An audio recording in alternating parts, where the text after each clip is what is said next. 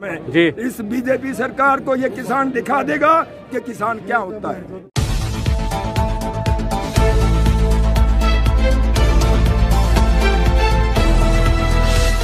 बताइए। हम ये कह रहे हैं कि इनका विश्वास है ही नहीं, ये जुमलेबाज हैं, हर जगह जगह पे इनकी झूठ है। इन्होंने जब से ये सत्ता में आए हैं, 2004 में जब ये सत्ता में आए, सरकारी कर्मचारी की पेंशन खाई। अब ये दोबारा सत्ता में आए तो इन्होंने पहले मजदूरों के ऊपर हमला किया, कर्मचारियों के ऊपर हमला किया, जितने सरकारी महकमे हैं उनको निजी हाथों में बेच दिया।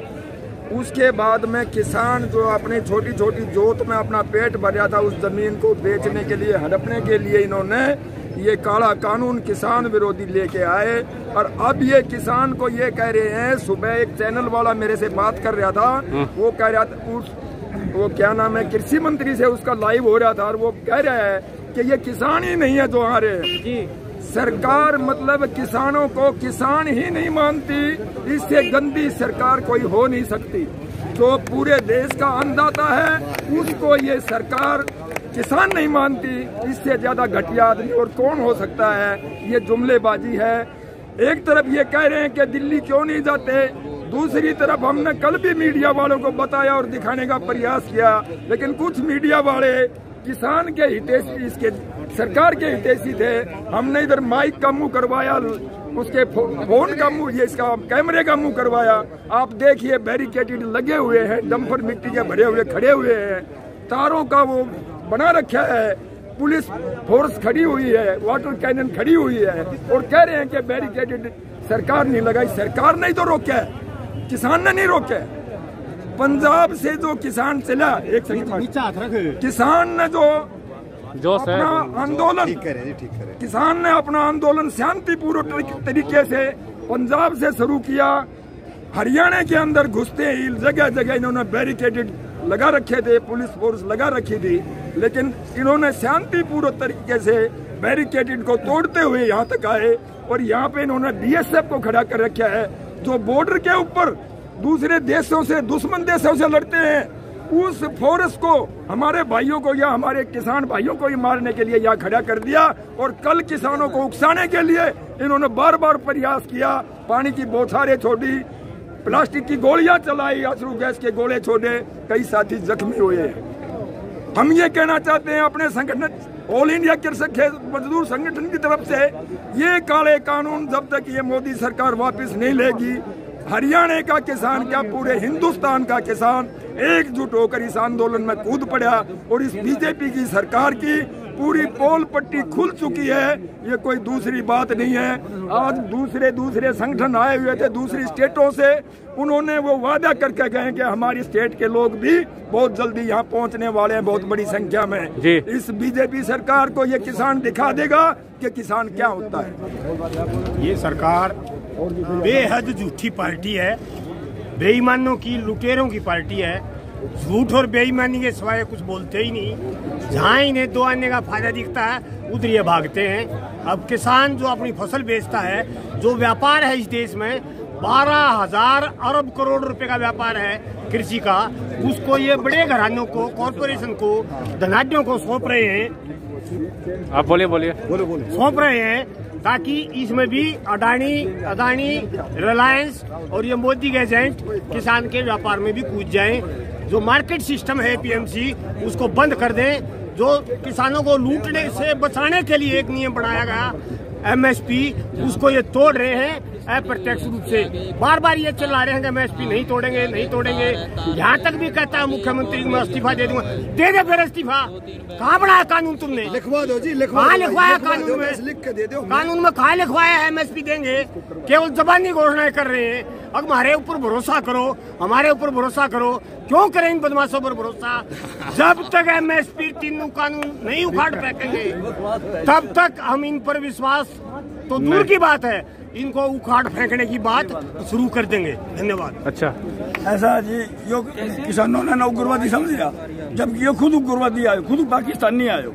इसको खेती के बारे में पता ही नहीं होगा। मैं भी किसान का बेटा हूँ, मैं कद गई थी तेरी माँ किसान का, ये तो कहा था कहाँ के भी उठे आए, पीपड़ी में लौटी नहीं चली, ये कह रहे कहा MSP नहीं मांग रहे, कहा तो खाली। अच्छा, लगातार 3 महीने से आप सड़कों पर हैं, तो अब क्या लगता है कि सरकार, अब जो आप दिल्ली के पहुंच चुके हैं, छोड़ चाहे जी 3 साल लग जाओ, तो क्या लगता है? यहाँ देने वाले नहीं, हमारी लाश जाए सका यहाँ से, पर हम जिंदगी जाने वाले नहीं है।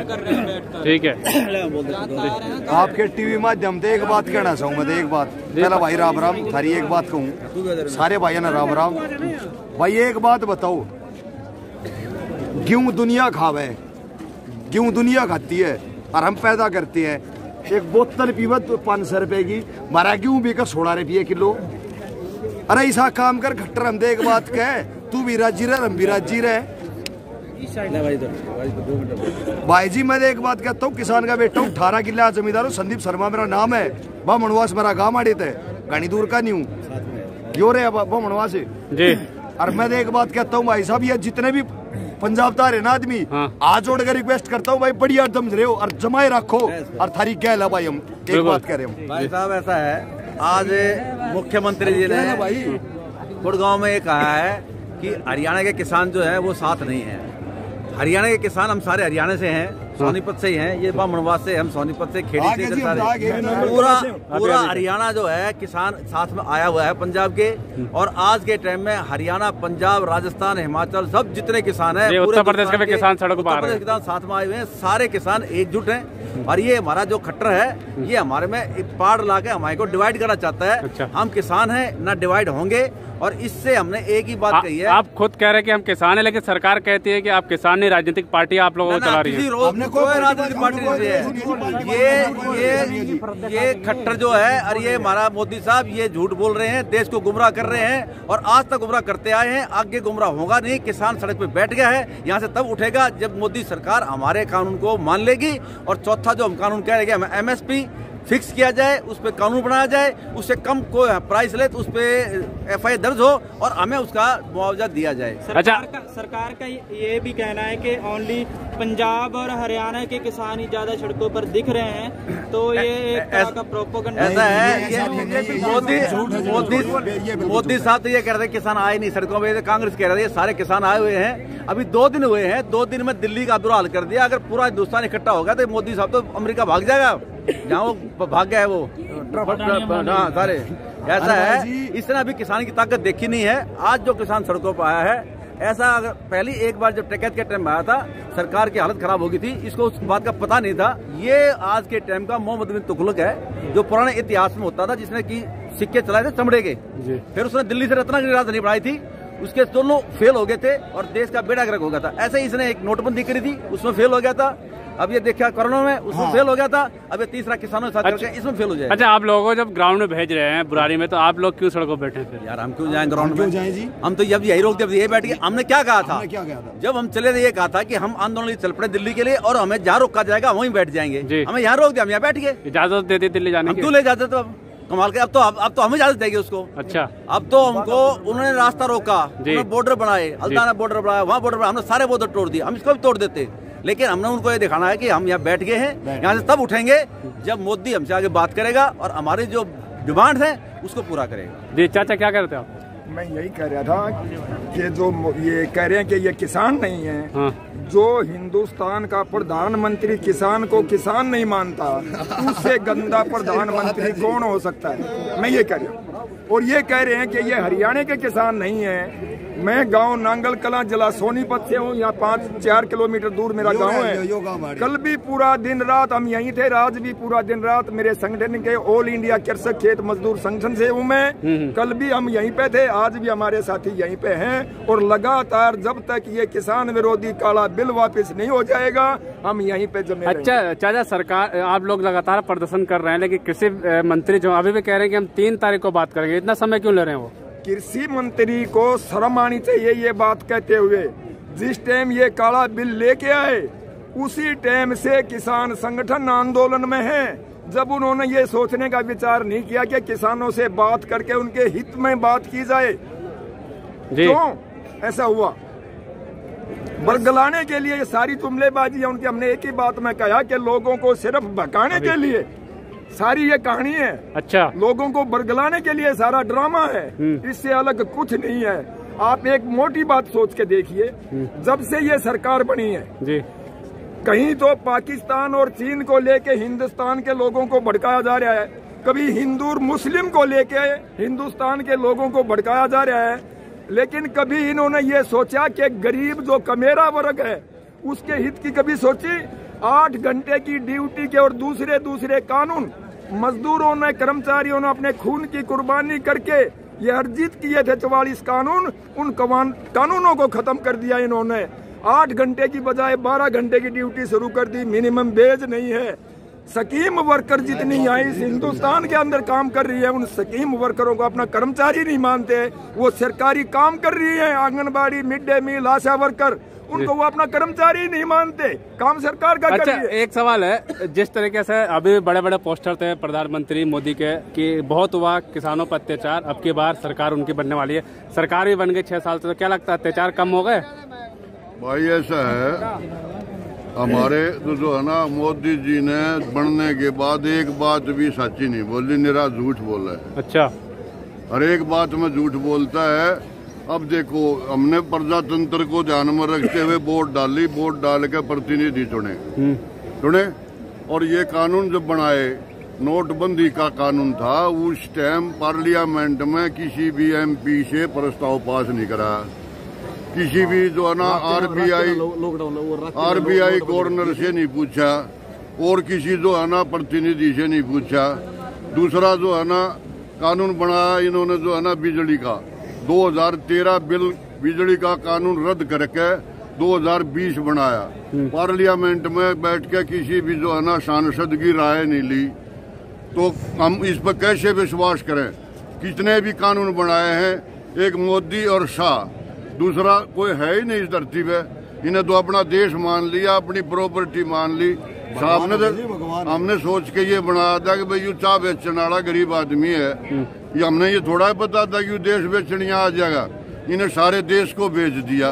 अब देखो, इंडियन एयरलाइंस को बेच दिया, एयरपोर्ट को बेच दिया, बैंकों को बेच दिया, RBI से गैर कानूनी तरीके से दबाव से पैसा खर्च लिया, खोज लिया।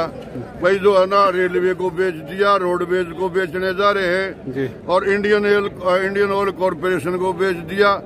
तो जो यहाँ जितनी भी जो है ना उत्पादन के नियम, उत्पादन के जो साधन हैं, उन सभी साधनों पे कारपोरेट जो कुल मिला के 100-125 परिवार हैं हिंदुस्तान के, उनका कब्जा करना चाहता है। जैसे अमेरिका में है, इंग्लैंड में है, ऑस्ट्रेलिया में है। वो तो कहते हैं मैं गरीब का बेटा हूँ, तो वो नरी झूठ बोलता है।